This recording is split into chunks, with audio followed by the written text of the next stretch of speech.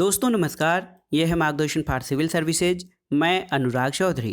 दोस्तों सभी प्रतियोगी परीक्षाओं के लिए महत्वपूर्ण पर्यावरण एवं पारिस्थितिकी के अवधारणात्मक और तथ्यात्मक प्रस्तुति में आज की वीडियो में प्रस्तुत है इसका तीसरा भाग, जिसमें हम मुख्य रूप से जिन टॉपिकों पर चर्चा करेंगे वो है ऊर्जा प्रवाह, 10% का नियम, जीव भार पिरामिड, जैव भू रासायनिक चक्र, विभिन्न पारिस्थितिकी आंदोलन, जैव विविधता हॉटस्पॉट, जैव विविधता का संरक्षण, IUCN तथा विभिन्न संकटापन्न प्रजातियों के बारे में जानेंगे। तो आइए शुरू करते हैं आज का वीडियो।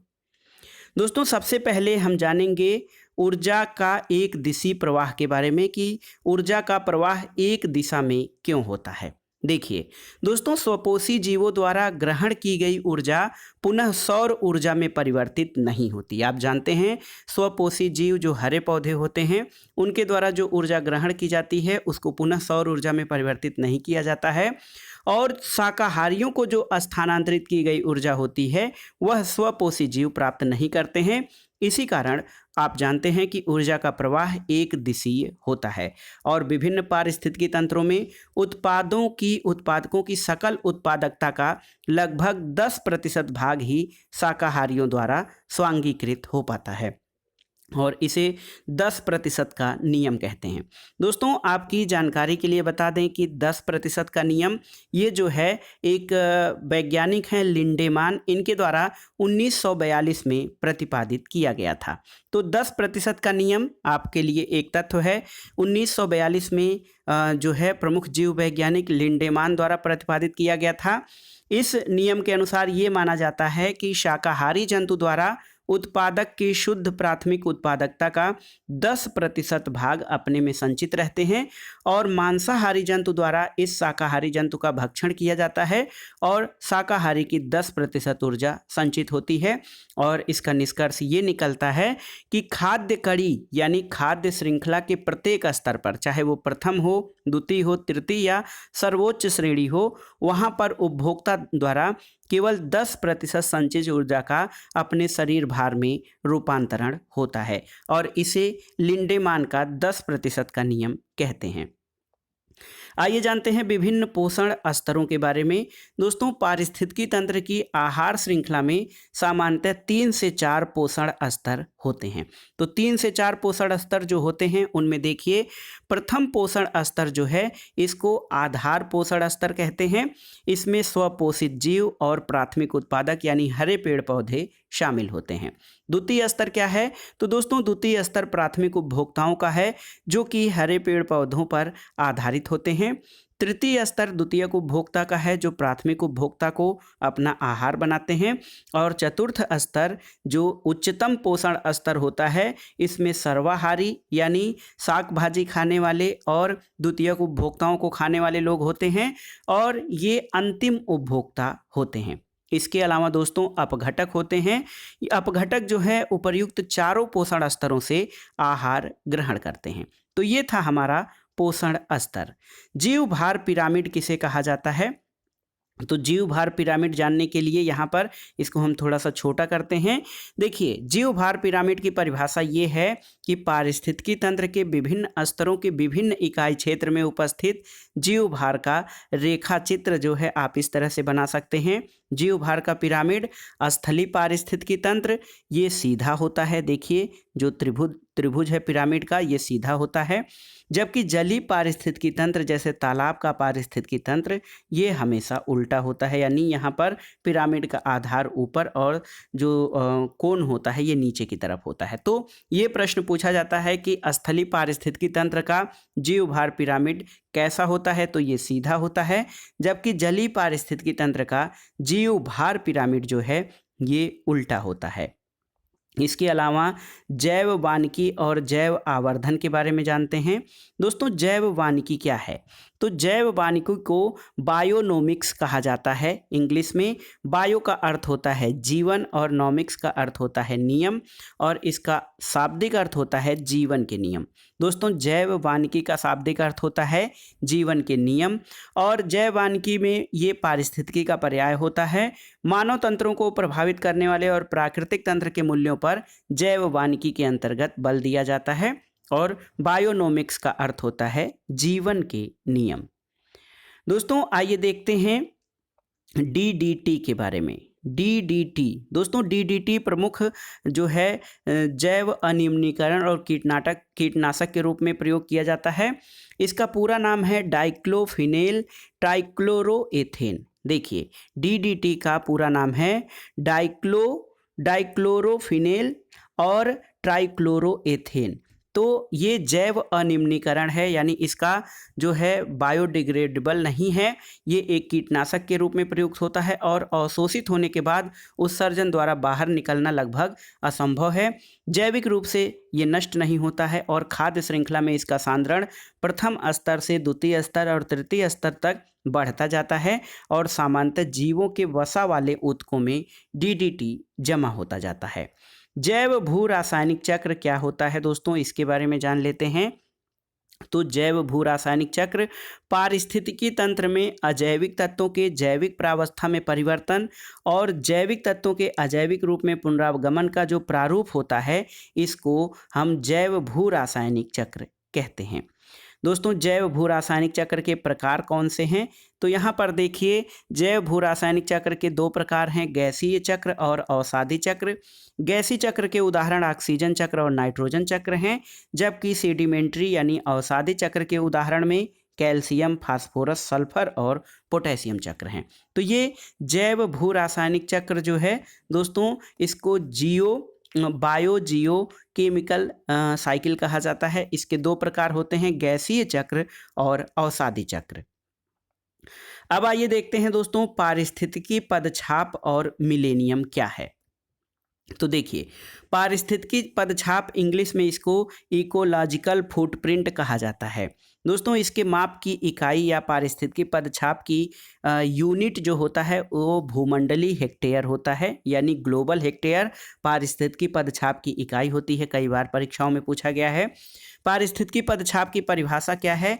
तो पारिस्थितिकी घटकों की वह आवश्यक मात्रा जो मनुष्य को उसकी जीवन शैली को सुचारू रूप से चलाने के लिए आवश्यक होती है, उसको पारिस्थितिकी पदछाप कहते हैं और इसका मापन मनुष्य द्वारा उत्सर्जित कार्बन के रूप में किया जाता है। पारिस्थितिकी तंत्र में विविध प्रश्नों को आइए देख लेते हैं दोस्तों। यूकेलिप्टस एक बार पूछा जाता है, पारिस्थितिकी का शत्रु या दुश्मन किसे कहा जाता है?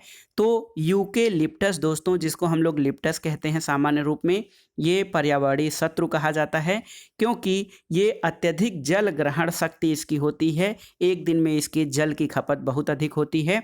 रोपित स्थान के मिट्टी के जलस्तर में ये अत्यधिक गिरावट कर देता है और ऑस्ट्रेलिया महाद्वीप में यूकेलिप्टस बहुतायत से पाए जाते हैं। इसके अलावा एक टर्म आता है लैंटिक आवास। लैंटिक हैबिटेट क्या है दोस्तों? स्थिर जल का आवास, जैसे आर्द्रभूमि, तालाब, झील, जलाशय, ये स्थिर जल होते हैं, इनको लैंटिक आवास कहा जाता है। लोटिक आवास क्या है? तो बहते जल का आवास, जैसे नदी आदि का आवास लोटिक आवास कहा जाता है। इकोटोन किसे कहा जाता है? तो दोस्तों, इकोटोन ये दो भिन्न समुदायों के बीच का संक्रमण क्षेत्र इकोटोन कहा जाता है। और दोस्तों, इसके अलावा देखिए, कुछ पारिस्थितिकी आंदोलन हैं, महत्वपूर्ण पारिस्थितिकी आंदोलन, इनके बारे में जान लेते हैं थोड़ा सा। देखिए, लेकिन यहाँ पर जो पारिस्थितिकी आंदोलन है अवधारणात्मक रूप में समझाया गया है।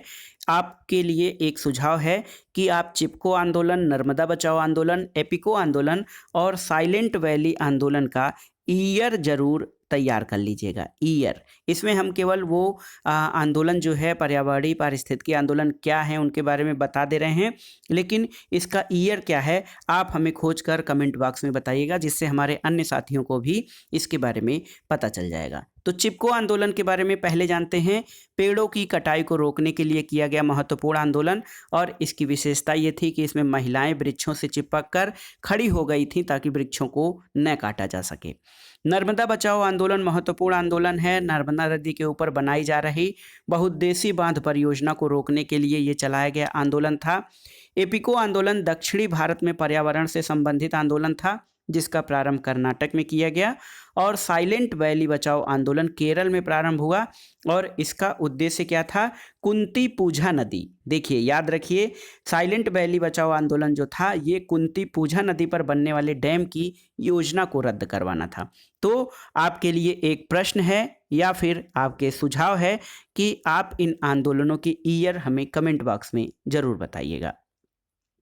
अगला दोस्तों, पारिस्थितिकी तंत्र के बारे में विविध तथ्यों को जान लेते हैं, और इसमें हम जो प्रश्न देखने जा रहे हैं ये बार बार परीक्षाओं में पूछे गए हैं। सबसे बड़ी चीज़ तो सीधे सीधे नहीं, मिलान के लिए भी इनका पूछा गया है। देखिए महासागर, देखिए पूछा जाता है कि सर्वाधिक अस्थायी पारिस्थितिकी तंत्र क्या है? रेगिस्तान, महासागर। तो सही उत्तर है महासागर सर्वाधिक अस्थायी पारिस्थितिकी तंत्र हैं। और एक प्रश्न पूछा जाता है, जल निकाय में घनत्व प्रवणता किसके द्वारा प्रदर्शित की जाती है? तो ये है दोस्तों पिक्नोक्लाइन। पिक्नोक्लाइन किसी जल निकाय में घनत्व प्रवणता को दर्शाता है। हैलोक्लाइन क्या है? तो दोस्तों हैलोक्लाइन जल निकाय में लवणता प्रवणता का प्रदर्शक है, और जल निकाय में गहराई के साथ तापमान परिवर्तन का जो सूचक होता है उसको थर्मोक्लाइन कहा जाता है। डीप इकोलॉजी शब्द आता है जिसको हिंदी में गहन पारिस्थितिकी कहा जाता है। दोस्तों डीप इकोलॉजी शब्द का सबसे पहले प्रयोग किसने किया था आपको बताना है। तो एक वैज्ञानिक हैं अर्नीस नेस।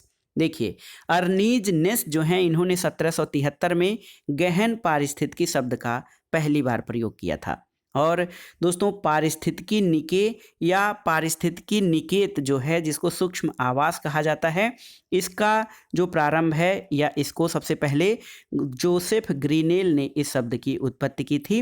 तो दोस्तों जोसेफ ग्रीनेल जो हैं ये पारिस्थितिकी निस या पारिस्थितिकी निके शब्द के प्रथम प्रयोगकर्ता हैं।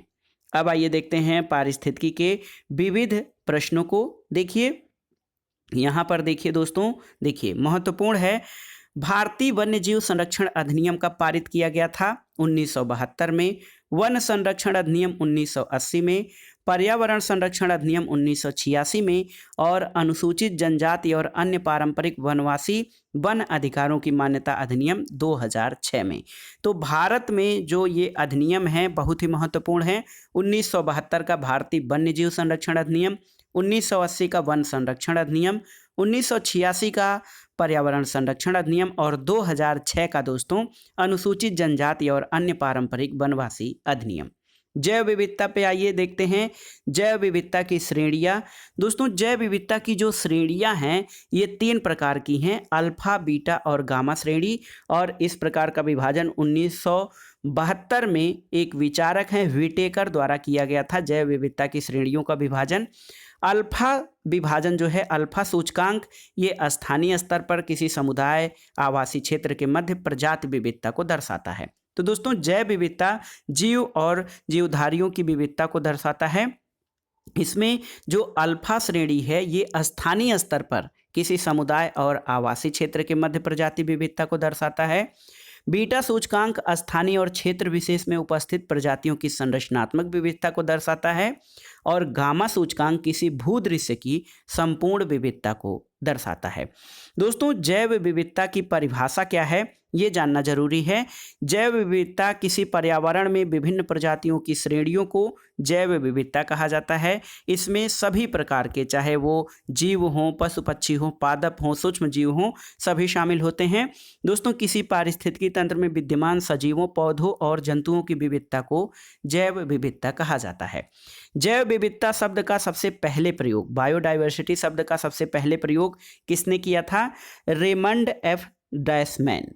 रेमंड एफ दासमैन ने प्रारंभ में सबसे पहले बायोलॉजिकल डाइवर्सिटी के रूप में 1968 में अपनी पुस्तक a different kind of country में सबसे पहले इन्होंने रेमंड एफ दासमैन ने किया था। और दोस्तों WG रोसेन, देखिए एक विचारक हैं WG रोसेन, इन्होंने बाद में बायोलॉजिकल डाइवर्सिटी से परिवर्तित करके बायोडाइवर्सिटी के रूप में सबसे पहले प्रयोग किया। तो बायोलॉजिकल डाइवर्सिटी शब्द रेमंड एफ दासमैन के द्वारा, जबकि बायोडाइवर्सिटी शब्द जो है WG रोसेन के द्वारा सबसे पहले प्रयोग किया गया था।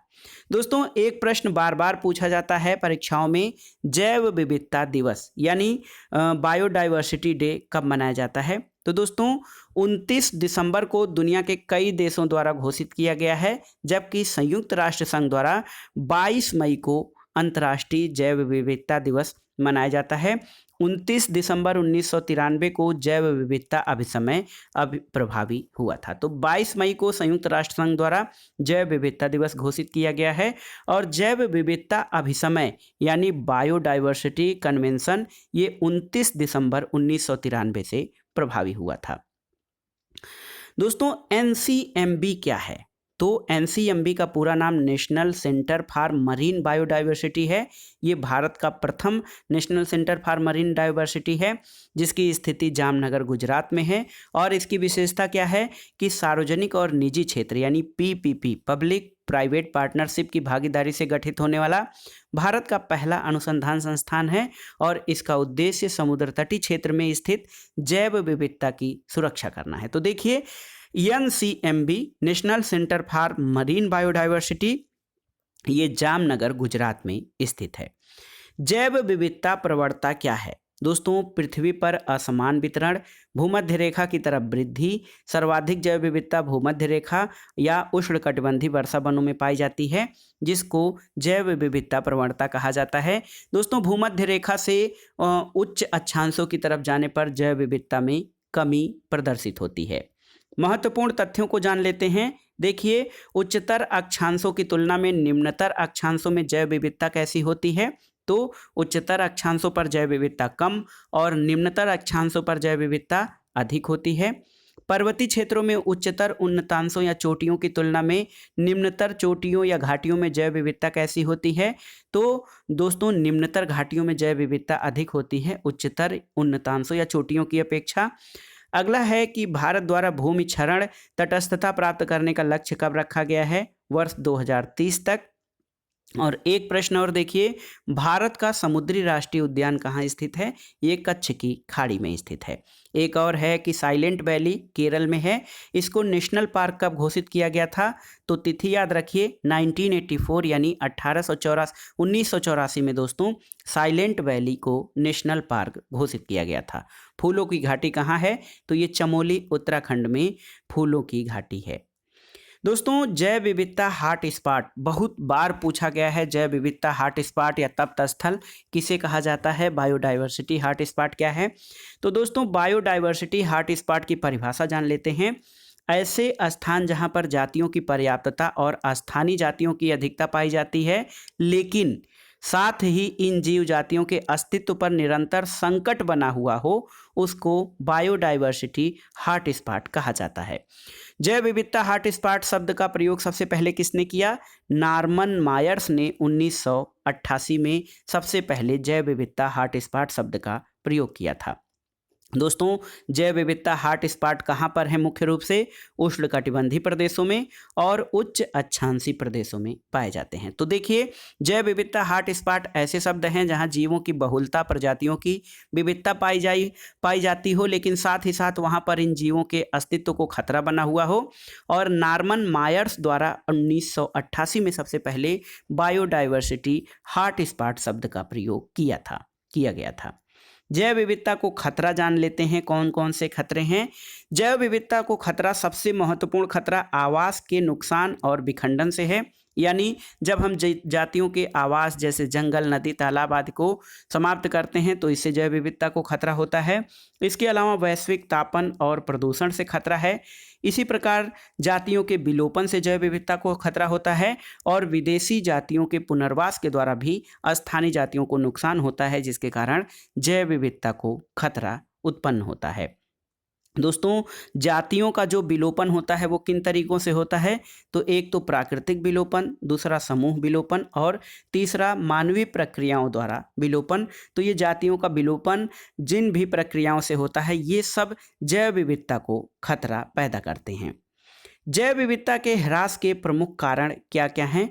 दोस्तों जैव विविधता के ह्रास के प्रमुख कारक इसमें आपने देख लिया कि कौन कौन से हैं। सबसे महत्वपूर्ण जो है वो है प्राकृतिक आवासों का विनाश, जो है जैव विविधता के ह्रास के लिए सबसे महत्वपूर्ण कारक जिम्मेदार है। जैव विविधता के विकास में सहायक क्या है? तो बंजर भूमि का वनीकरण। कहीं पे अगर जो बंजर भूमि है उस पे वन लगाए जाते हैं तो जैव विविधता के विकास में ये सहायक है। अगला है कि उष्ण और गर्म जलवायु क्षेत्र में रहने के लिए सर्वश्रेष्ठ स्थान क्या माना जाता है? अनियत तापी प्राणी तितली के लिए उष्ण और गर्म जलवायु रहने के लिए सर्वश्रेष्ठ माना जाता है। तितलियों की सर्वाधिक प्रजातियां कहाँ पाई जाती हैं? उष्णकटिबंधीय क्षेत्रों में। और जैवमंडल आरक्षित परिरक्षण क्षेत्र किससे संबंधित होते हैं? तो ये आनुवांशिक विभिन्नता से संबंधित होते हैं, जैवमंडल आरक्षित परिक्षेत्र। यहाँ पर आइए देखते हैं दोस्तों, यहाँ पर महत्वपूर्ण कारक देख लेते हैं क्या हैं जैव विविधता के नुकसान के लिए या जैव विविधता के क्षरण के लिए महत्वपूर्ण कारण कौन कौन से जिम्मेदार हैं, उनके बारे में जानते हैं। देखिए, सबसे महत्वपूर्ण प्राकृतिक आवासों का ह्रास या विनाश, प्राकृतिक संसाधनों का अतिदोहन, विदेशी प्रजातियों का आक्रमण, अवैध शिकार, औद्योगिक विकास, अवैज्ञानिक तरीके से खनन, वन क्षेत्र या वनों की सघनता का कम होना, इसके अलावा तस्करी या दुर्व्यापार जो है, ये जैव विविधता के ह्रास के प्रमुख कारणों में शामिल हैं। इसके अलावा दोस्तों, जैव विविधता का संरक्षण किस प्रकार से किया जा सकता है? तो जैव विविधता के संरक्षण के लिए जो महत्वपूर्ण है, एक तो जैव मंडल रिजर्व यानी बायोस्फीयर रिजर्व। ये महत्वपूर्ण रणनीति या जैव मंडल रिजर्व की रणनीति जैव विविधता के संरक्षण के लिए अपनाई गई है। और जैव मंडल रिजर्व को स्थापित करने का उद्देश्य प्राकृतिक और अर्ध प्राकृतिक भूमि पर मुख्यतया स्वस्थानीय या इन सीटू जैव विविधता का संरक्षण करना है। दोस्तों, जैव विविधता संरक्षण के जो मुख्य दो तरीके हैं उनको देख लेते हैं। एक होता है स्वस्थानीय संरक्षण और दूसरा है बाह्य स्थानीय संरक्षण। स्वस्थानीय यानी इन सीटू संरक्षण, ये वनस्पति और जंतुओं का संरक्षण और उनके मूल प्राकृतिक आवास क्षेत्र में किया जाता है, ये इन सीटू संरक्षण में। और बाह्य स्थानीय यानी एक्स सीटू संरक्षण में वनस्पतियों और जंतुओं की विलुप्त प्राय प्रजातियों का संरक्षण उनके प्राकृतिक आवास क्षेत्र से पृथक किया जाता है। बाह्य स्थानीय संरक्षण की प्रमुख विधियां कौन सी हैं? तो दोस्तों, बाह्य स्थानीय संरक्षण की जो प्रमुख विधियां हैं उनमें दो विधियां हैं। पहली विधि जो है वो जूलॉजिकल पार्क में विलुप्त पाए प्रजातियों का पालन पोषण, और द्वितीय विधि जीवित शुक्राणुओं, अंडों और भ्रूणों के नमूनों को अत्यंत कम ताप पर द्रवित नाइट्रोजन में संरक्षित करके एक्स सीटू संरक्षण या बाह्य स्थानीय संरक्षण किया जाता है। इसके अलावा जैव विविधता संरक्षण में जो देखिए, ये प्रश्न पूछा जाता है कि जैव विविधता संरक्षण के लिए जो इन सीटू और एक्स सीटू संरक्षण है उसमें कौन कौन सी चीज़ें शामिल हैं। देखिए, पूछता है, एक तो ऐसे प्रश्न पूछता है कि स्वस्थानीय संरक्षण में क्या शामिल है और बाह्य स्थानीय संरक्षण में क्या शामिल नहीं है। तो यहाँ पर देख लीजिए, जैव विविधता के संरक्षण में स्वस्थानीय या इन सीटू यानी प्राकृतिक आवास में, उनके प्राकृतिक आवास में ही संरक्षण के लिए संरक्षित क्षेत्र नेटवर्क में पवित्र झील और उपवन है। जीवमंडल निचय, इसमें स्थलीय और समुद्री। इसके अलावा नेशनल पार्क, वन्य जीव अभ्यारण्य, ये सभी स्वस्थानीय या इन सीटू संरक्षण के उदाहरण हैं।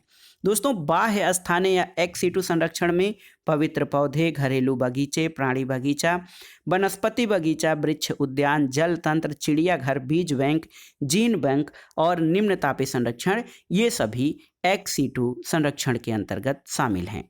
दोस्तों, जैव मंडल आरक्षित क्षेत्र के प्रमुख उद्देश्य क्या हैं, इसको जानना जरूरी है। दोस्तों, बायोस्फीयर रिजर्व, बायोस्फीयर रिजर्व जिनको जैव मंडल रिजर्व कहा जाता है, इसका उद्देश्य है कि पहला उद्देश्य ये है पौधों, जीव जंतुओं और सूक्ष्म जीवों की विविधता और संपूर्णता को बनाए रखना। दूसरा है कि सामाजिक, सांस्कृतिक और पारिस्थितिकी तंत्र की दृष्टि से निर्वहन योग्य आर्थिक विकास को प्रोत्साहित करना।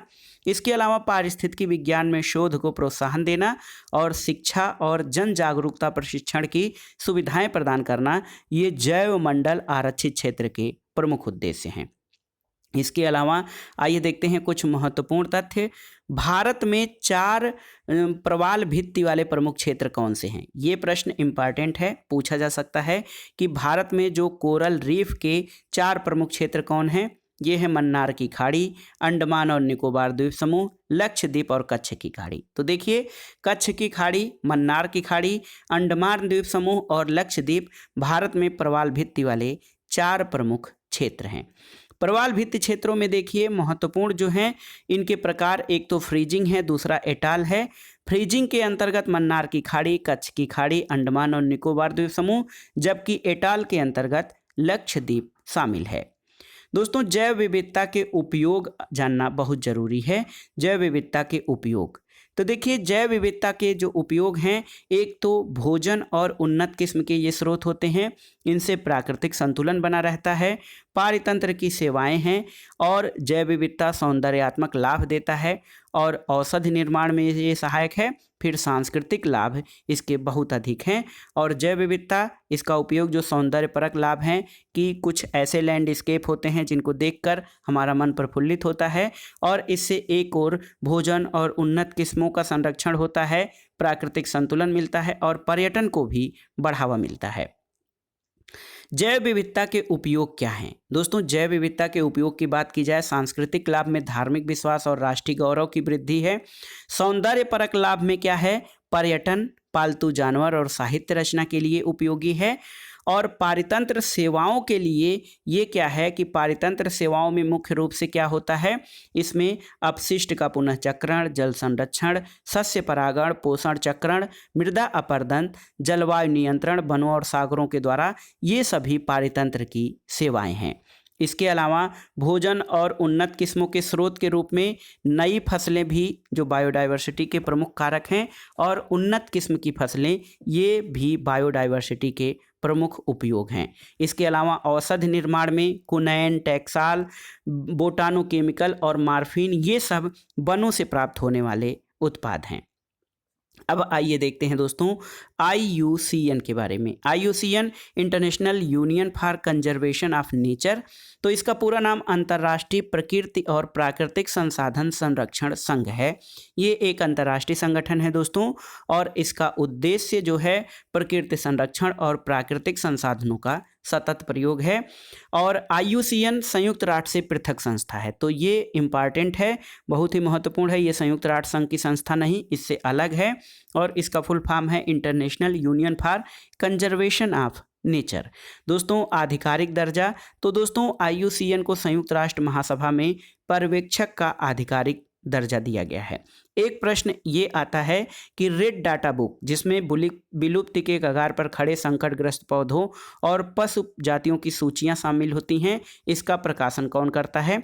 तो रेड डाटा बुक का प्रकाशन IUCN के द्वारा किया जाता है। और एक प्रश्न ये पूछा जाता है कि किसी प्रजाति को तब विलुप्त माना जाता है जब वह अपने प्राकृतिक आवास में कितने वर्षों से न देखी गई हो? उत्तर है 50 वर्षों से। दोस्तों, किसी प्रजाति को तब विलुप्त माना जाता है जब वह अपने प्राकृतिक आवास में 50 वर्षों से न देखी गई हो। सूची के लाभ, दोस्तों रेड डेटा बुक जो है IUCN द्वारा प्रकाशित की जाती है, उसका लाभ क्या है?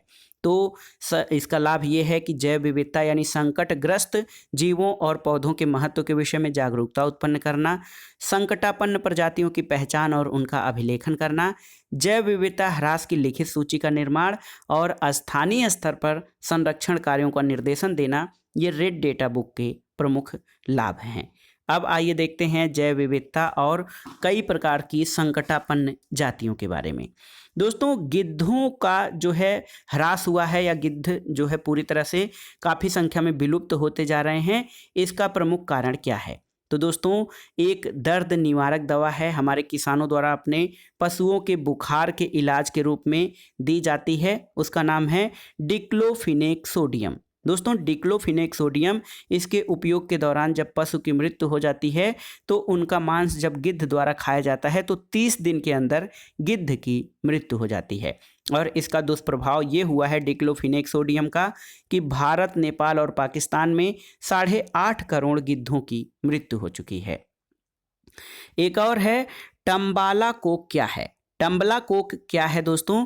तो टम्बला कोक मॉरीशस में पाया जाने वाला एक वृक्ष है, इसका अन्य नाम डोडो वृक्ष है और विलुप्त के कगार पे है। इसका कारण ये है कि डोडो पक्षी मॉरीशस में विलुप्त हो गए हैं और डोडो वृक्ष प्रजनन में असफल हो गया है, क्योंकि इनका बीज जो है डोडो पक्षी का मुख्य भोजन होता था और जब वो भोजन के द्वारा बीज के द्वारा डोडो पक्षी निकालते थे तब इसका प्रजनन होता था, यानी इन बीजों का फिर से पुनर्जनन होता था।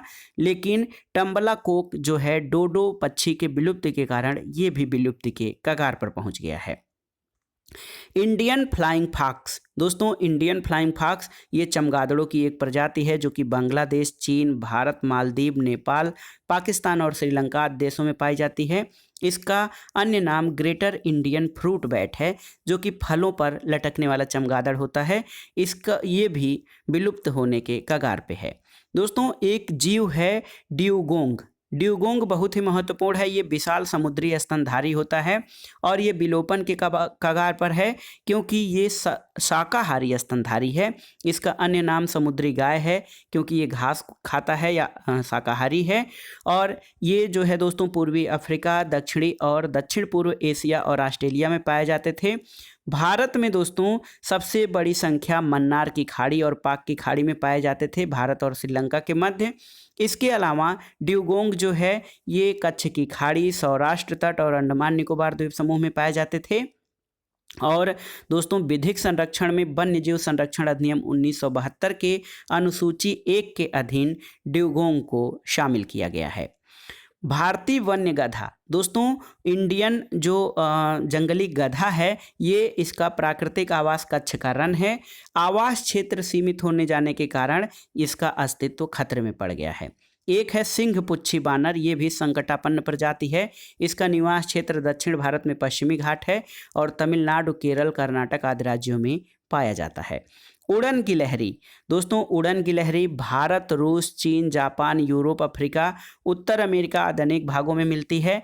भारत में इसकी कुल 7 प्रजातियां प्राप्त हैं। हिमालय क्षेत्र में सर्वाधिक उड़न गिलहरी की 6 प्रजातियां हैं और ये वर्तमान में विलुप्त की कगार पर है। यहाँ पर आइए देखते हैं दोस्तों, यहाँ पर प्रोसोपिस जूलीफ्लोरा, ये देखिए प्रोसोपिस जूलीफेरा क्या है। इसका मूल स्थान मैक्सिको, दक्षिण अमेरिका और कैरेबियन क्षेत्र में है। भारत में इसका आगमन 19वीं शताब्दी में हुआ और हिंदी नाम इसका बिलायती बबूल है। पर्यावरण के लिए ये हानिकारक है। तमिल नाम इसका सिमई करुवेलम है और ये छोटा पौधा या झाड़ी होता है। प्रोसोपिस जूलीफेरा ये यूकेलिप्टस तो दोस्तों पर्यावरण का दुश्मन है, लेकिन इसको भी पर्यावरण के लिए हानिकारक माना जाता है।